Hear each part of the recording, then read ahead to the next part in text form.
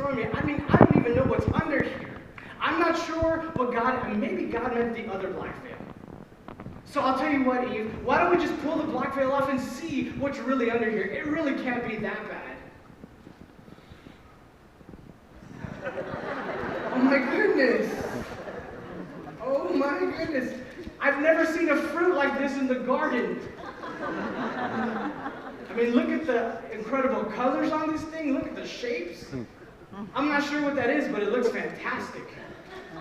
There's some information back here. No, that looks like truth. I want to see, this. This looks like it's going to make me happy if I eat this. I don't want to know something about calories. Seems like there's a bunch of them in here. I'll tell you what. We don't need to eat them all. Let's just get one. Surely God's not going to miss one.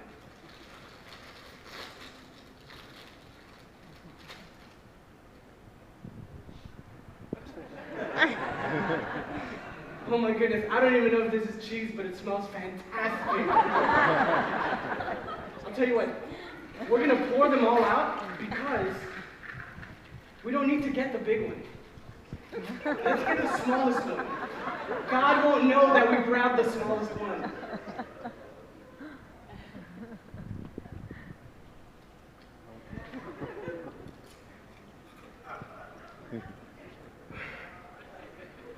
I've done this 5 times. It never gets old. This is so good right now.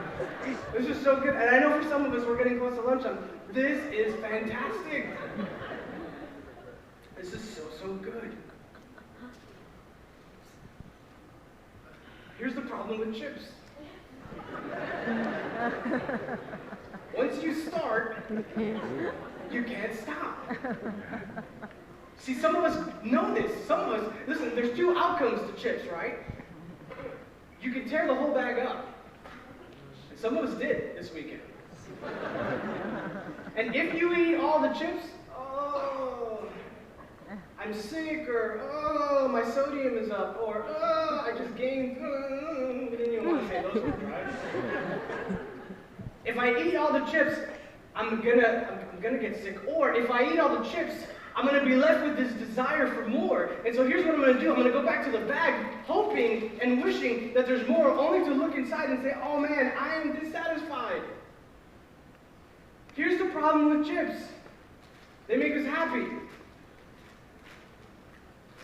But we know the truth. If we keep eating these things, we're going to gain weight and we're going to die faster.